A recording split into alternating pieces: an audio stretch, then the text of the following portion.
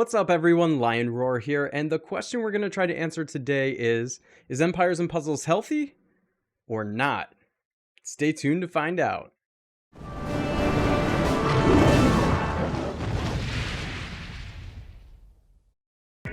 But first, join me over in Gemstone Legends. It's a fantastic match 3 RPG game, and it's players who get in early on games like this who are at the biggest advantage. Not only will you help the channel out by using the link in the description of this video, but if you use the code #lion_2021 you're gonna get a guaranteed free epic hero named Elidor, along with 5 more gold scrolls, that's more heroes, and a bunch of gold and gems. And after you download the game, you're gonna have access to the beginner events, which is going to get you one more free epic hero named Soliana, and a bunch of free legendary equipment and a platinum scroll, which is again another free epic or legendary hero. Guys, wow. Just make sure to use that code within 3 hours of downloading the game and after completing the tutorial. And I will see you over in Gemstone Legends. Alright, so I made a video about 10 months ago. Actually, it was a 3-part series called SOS, What's Wrong with Empires and Puzzles. And you can go check that out. I made that video sort of out of frustration, but it really resonated with a lot of people because it got a ton of views. And mainly, there were some things, I had been pretty positive about Empires and Puzzles, but there had been some things that kind of backed Empires and Puzzles into a corner at that time. Namely, the game wasn't very diverse and it was headed way too fast towards power creep in such a way that it wasn't like you were really able to play the game anymore and make choices. It was like the game was making the choices for you. You either had an opening board to win or you didn't. And although it can still feel like that sometimes now, it was really the case then. And one of the main problems was that Teleria was an amazing tank at the time. But not only was it Teleria, oftentimes you were putting Vela or Black Knight or even like Gravemaker or something like that at the flanks that just all work together way too well. To the point where the top 100 players in Empires and Puzzles, when you would go look at the rankings, it was like over 60%. I would say maybe even towards 75% that front three. Teleria, Vela, and then either you had Gravemaker at the time or Black Knight. And I'd say Black Knight was probably the one that was a little bit stronger. But Empires and Puzzles went ahead and they nerfed Teleria and Vela. A lot of people thought the Vela one was a little unfair, that really it was just Teleria that needed it. So it was a little bit controversial, caused a lot of bad feelings. I think a lot of people quit the game because of that. But at that time, that was the meta. And they were looking for a quick fix, and that was what they did to fix that. Now, I think that since then, they've done some other things to try and help with the meta. But I guess the question is it really healthier today or not? And at that time I made the SOS series, I'm not going to go into the whole thing, watch it if you want to know everything that I said about it. But I pointed to some key things on how they fixed it, because I didn't just want to complain about the game. I wanted to make suggestions for how they could fix it. And one thing I said is, just as an overall philosophy, give us more choice in the game. The more choice we have with our heroes on the board, customizing, things like that, the more fun the game is going to be, and also the more we feel like we have control over our destiny in the game. The more choice we feel like we have and the more control over our destiny we feel like we have, the more fun we're going to have with the game and the more we're likely to keep playing it. So that was an overall philosophy. I made some suggestions on how they could possibly do that. Interestingly enough, they listened to several of those. I'm not sure if it's just because I made a video about it and a lot of people liked it and watched it, or if it's something that they were already talking about behind the scenes that they needed to do. But they took action. There's no doubt that in the months following my SOS series, they took action in the game. There's been a lot of changes in the last 10 months. So why don't we take a look at the rankings now and see how diverse it is. Now, I've already gone through these. So as of the making of this particular video, today it is August 2nd. I've already mapped out how many of each of the heroes show up at tank in here, and I felt like this was the easiest way to do it. So let's click on the number 1 player, Juan, right now.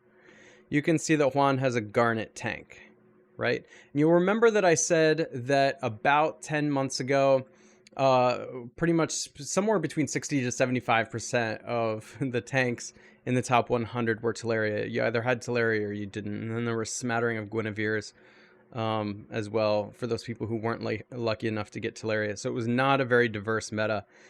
Now we're just going to take a look at the tank because obviously there are other heroes on the defense, in the flank position and in the sniper position. And this video would be 5 hours long if I went through that.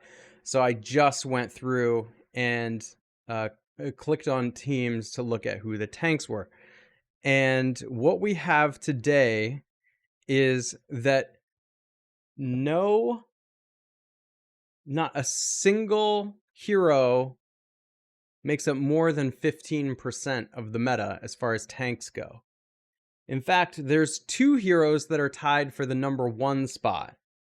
And the 2 heroes that are tied are Bira and Sif. They both show up at a rate of 11%. So our top heroes are Bira and Sif. And in second place at 10%, since Bira and Sif are tied at first, second place is Elizabeth. And then we have Freya at 9% and Garnet at 8%. So that's really good. That's really, really, really good.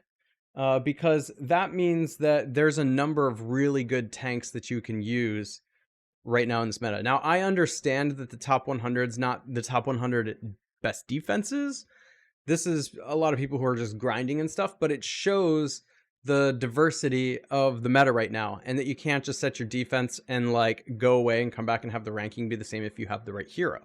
That you've actually got to work for the raids and climb up the ladder, actively raiding every day if you want to be in this top 100. Now, get this.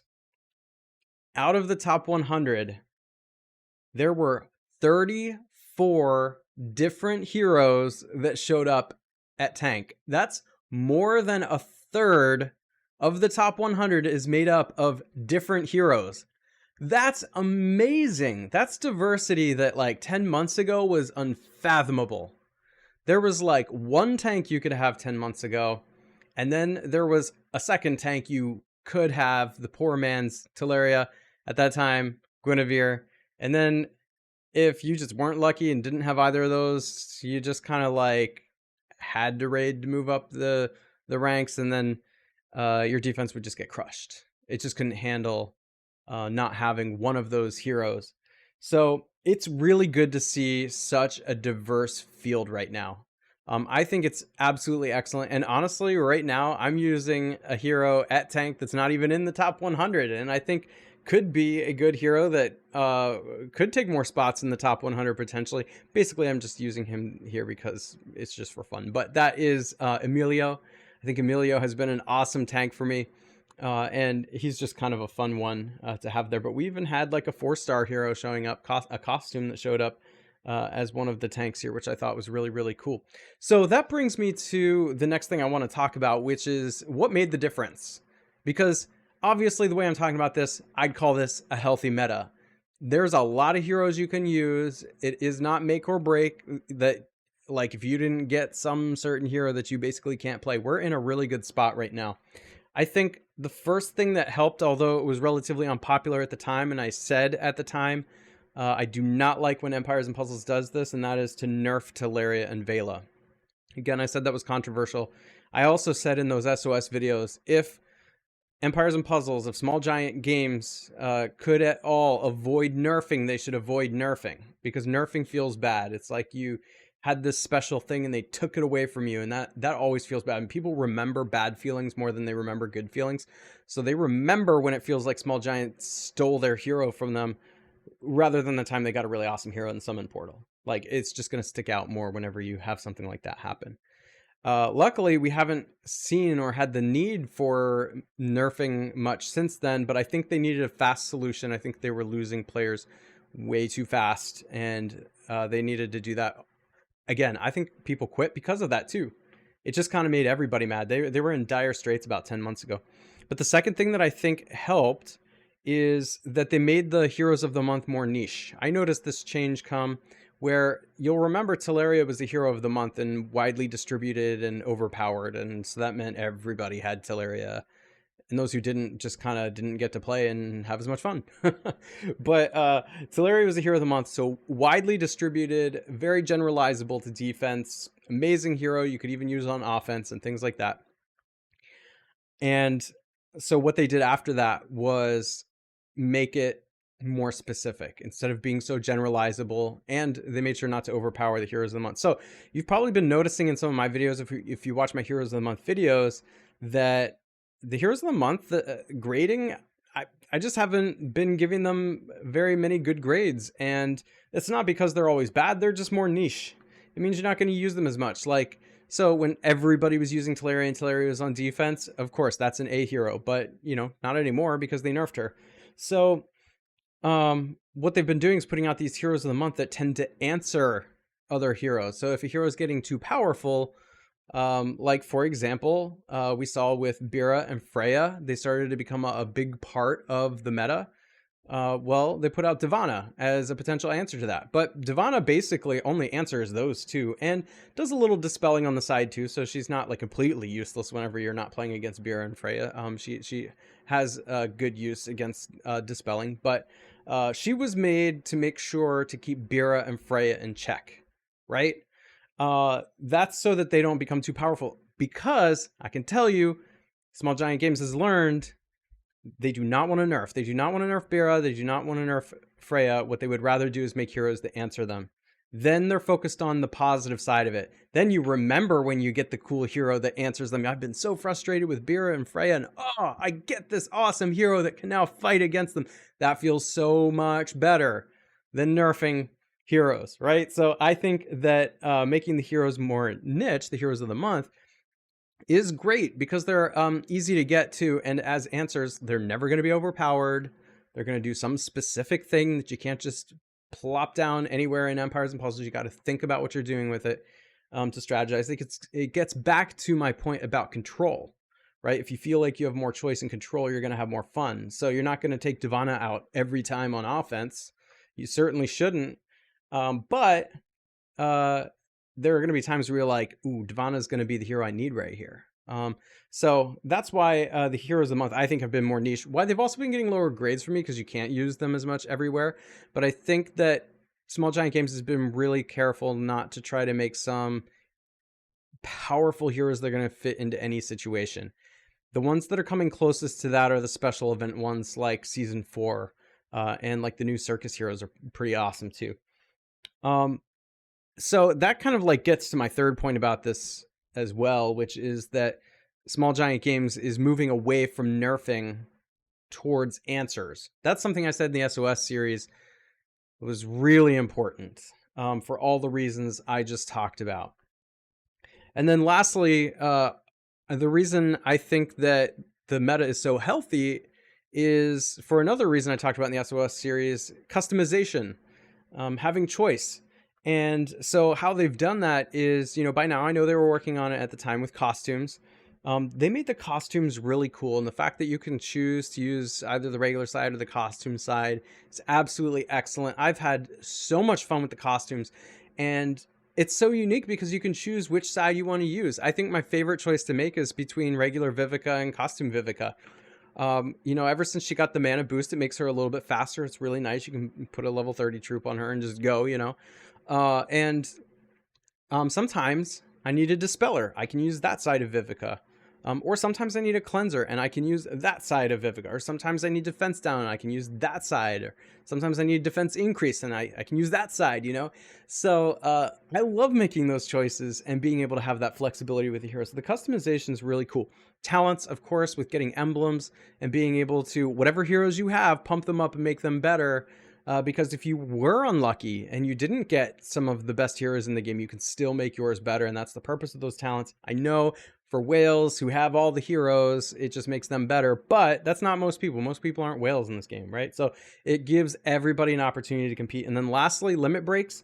I know there was a lot of frustration, a lot of upset people. It didn't really upset me whenever limit breaks came out.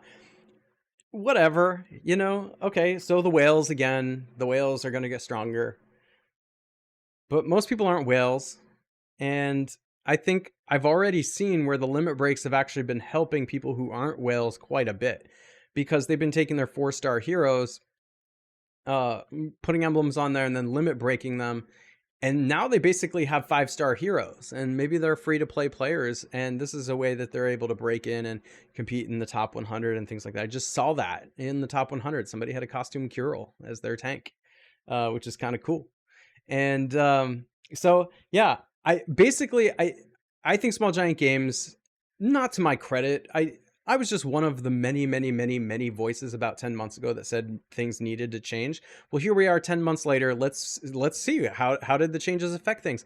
I think that it's created a very diverse experience, at least when we're looking at raiding in Empires and Puzzles, but even in Wars, look what's happened with Wars. Now at the very top, maybe everything looks the same, but I've started to encounter something in Wars that I haven't seen for a very long time, which is we're facing different colored tanks like every week. And sometimes we're even facing like bi-colored tanks, like 2 different colored tanks on defense, which is kind of cool.